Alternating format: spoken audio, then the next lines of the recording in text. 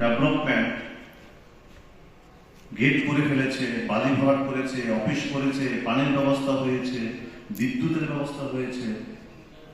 একটা প্রজেক্টের ভিতর যখন এগুলো দেখি, দেখার পর আমার মধ্যে একটা ট্রাস্ট তৈরি হয়েছে যে না, তাদের ইন্টেনশন মানুষকে সুন্দরভাবে একটা নান্দনিক অত্যাধুনিক শহর উপহার দেবে।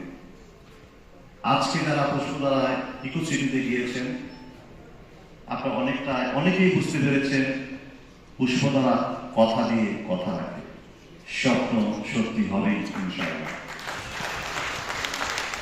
এই পুষ্পধারা ইকো সিটি বা পুষ্পধারা প্রপার্টিসের মাধ্যমে আমরা আরেকটি কোম্পানি রূপান্তরিত করেছি, যে কোম্পানির নাম দেওয়া হয়েছে গোল্ডেন আইল্যান্ড প্রপার্টিস লিমিটেড।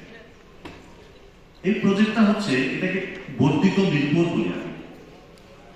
ঠিক বোটানিক্যাল গার্ডেনের অপোজিটে তামানা পার্কের সাথে আমাদের যে তুরাগ নদী আছে, তুরাগ নদীর গা ঘেঁষা আমাদের ৯,৫০০ বিঘা, আজকে আমাদের হাসিবুল হক মামুন স্যার বললেন আরো ৩,০০০ বিঘা, ৩,৫০০ বিঘা সংযুক্ত হয়ে, তার মানে ১২,৫০০ বিঘা আমরা বলতে পারি।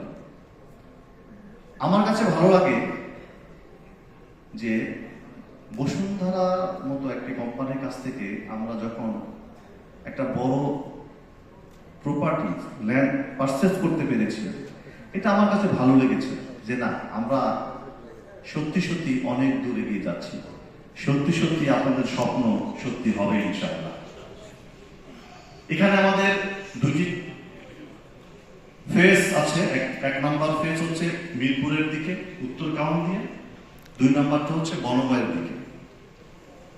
আপনারা জেনে আনন্দিত হবেন এবং খুশি হবেন, আমরা আরেকটি কোম্পানি করেছি যেটি হচ্ছে পুষ্প হোমস। অলরেডি আমাদের মধ্যে 3টি প্রজেক্টই সোল্ড আউট।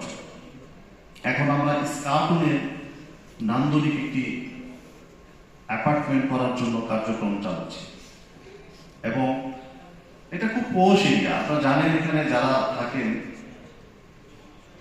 এখানে ১৫ থেকে ১৬-১৭,০০০, ২০,০০০ টাকা পার স্কোয়ার ফিট, যেটা আমরা ৮ থেকে ৯,০০০-এর মধ্যেই আপনাদের হাতে তুলে দেওয়ার মতো সক্ষম হব।